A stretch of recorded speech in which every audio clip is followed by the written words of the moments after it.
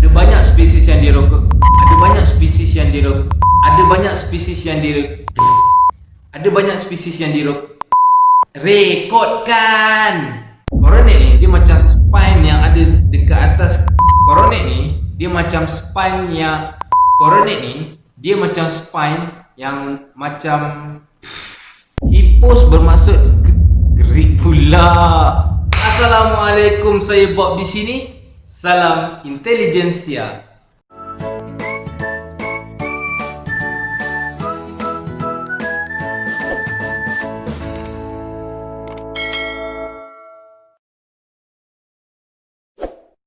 So, untuk video kali ni aku akan bermain dengan satu wooden block yang berbentuk apa ni? Hexagon ni? Hexagon tak tahulah, tapi yang penting dia 3D lah. Yang kali ni video kita tak ada tali, kita tak ada apa. Okey. So, aku try buka ni. Memang masih dalam plastik lagi.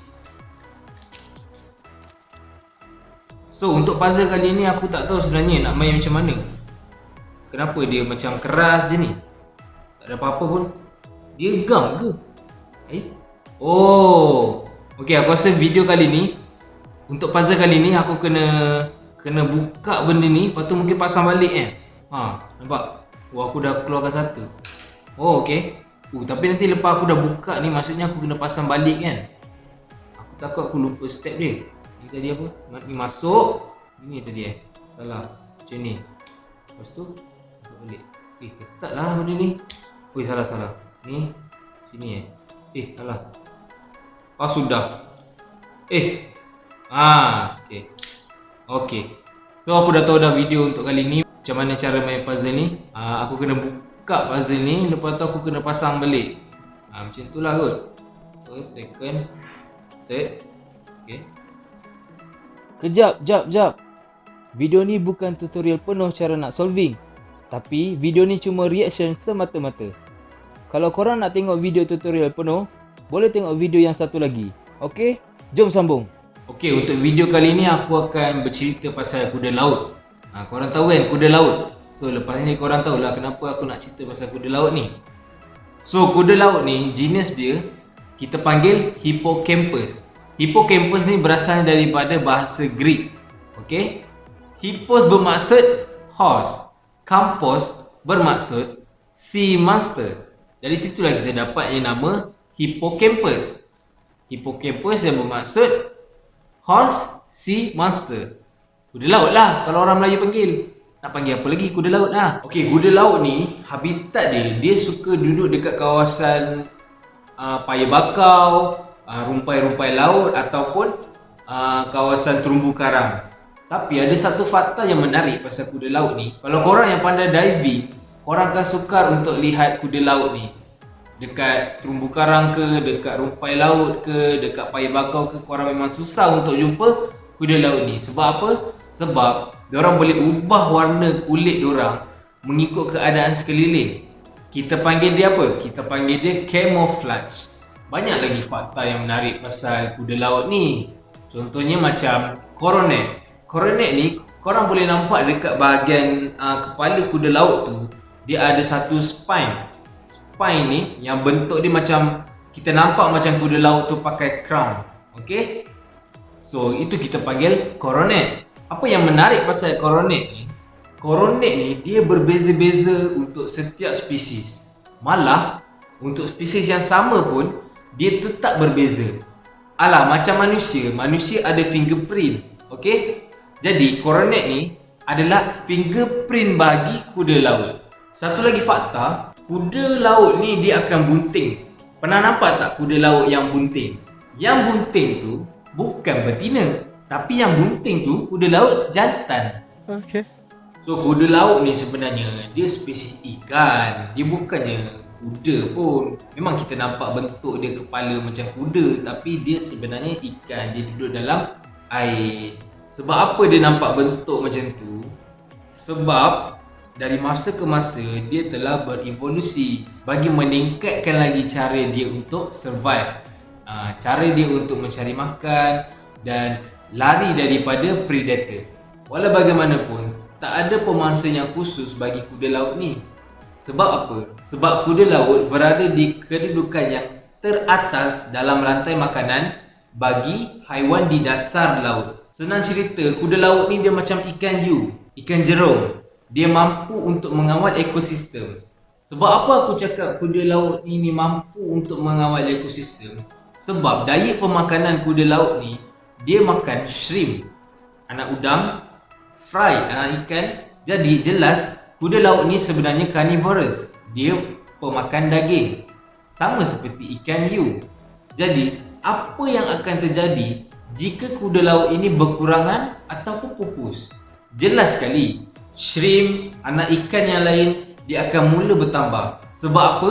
Kuda laut tak ada yang nak makan shrimp, tak ada yang nak makan anak-anak ikan yang lain. Bila penambahan shrimp dan anak ikan ini semakin bertambah, apa yang akan berkurangan? Tentu sekali rumpai laut. Bila rumpai laut mati, rumpai laut berkurangan, ekosistem akan terganggu. Terumbu karang pun akan ada yang mati. Bila rumpai tak ada, terumbu karang mati, oksigen dalam air laut pun akan berkurangan. Akan mengganggu juga hidupan haiwan dalam laut yang lain kerana tak ada oksigen.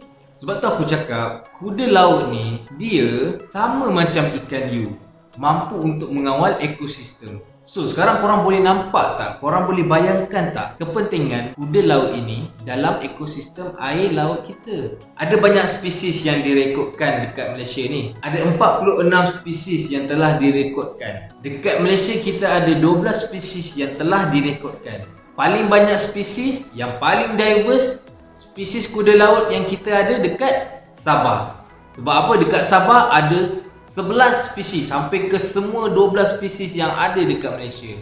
Okey, kenapa aku cerita pasal kuda laut ni? Sebab kuda laut ni nilai dia sangat tinggi di pasaran untuk dijadikan ubat-ubatan tradisional atau perhiasan ataupun haiwan peliharaan. Tapi kejap, bukan aku suruh korang beli kuda laut ni sebab harga dia mahal, sebab banyak permintaan. Bukan aku suruh korang jual kuda laut ni. Tapi aktiviti-aktiviti seperti ini boleh menyumbang kepada kepupusan kuda laut. Jadi bila kuda laut pupus, kuda laut mati, kuda laut tak ada, ekosistem air laut akan terganggu. Sama macam yang aku cakap tadi. Kalau korang nak tahu, di antara negara-negara Asia termasuk Australia, Malaysia adalah negara yang kelima terbesar mengeksport kuda laut ke negara lain. 1280 kilogram setiap tahun telah dieksportkan. Bukan sikit tu, banyak. Sebab yang dieksport adalah kuda laut yang telah dikeringkan. Jadi adalah sedikit ringan. Jadi cuba korang bayangkan, kalau dia ringan sampai 1280 kilogram, banyak tu. Oh my god! Belum campur yang masih hidup yang dijadikan sebagai haiwan belaan. Banyak lagi punca yang boleh menyebabkan kepupusan kuda laut ini, seperti degradasi habitat dan alam sekitar. Contohnya, pembangunan di kawasan perairan, blast fishing dan pencemaran plastik. Sebab apa aku cakap pasal pencemaran plastik? Kuda laut ni dia suka berpaut dengan menggunakan ekor dia. Jadi kalau dia berpaut kepada plastik, plastik tu hanyut ke pantai, tak ke mati kuda laut tu, pupuslah kuda laut. Kalau ada banyak pencemaran plastik yang berlaku dekat laut kita ni. So kita sebagai masyarakat, apa yang kita boleh buat? Korang bolehlah support NGO-NGO yang berusaha menjaga laut kita ni. Korang boleh jadi volunteer ke, atau korang boleh memberi sumbangan. Kalau macam aku sebarkan awareness ini dalam bentuk video. So kalau korang nak juga buat macam mana yang aku buat, korang boleh share je video ni dekat family korang, dekat kawan-kawan korang, supaya kesedaran ini timbul dalam masyarakat kita terhadap kuda laut kita. Aku rancak bercerita pasal kuda laut ni, aku lupa nak main dengan puzzle ni. Baru dapat keluarkan 3. Yeah, boy. Okey lah. So kalau korang nak tengok video tutorial untuk wooden puzzle kali ni, korang boleh tengok kat video yang satu lagi. Okey, terima kasih sebab dah menonton video ni sampai habis. Jangan lupa like, komen dan share video ni. Semoga kita berjumpa di video yang akan datang. Saya Bob di sini. Assalamualaikum. Salam Intelijensia.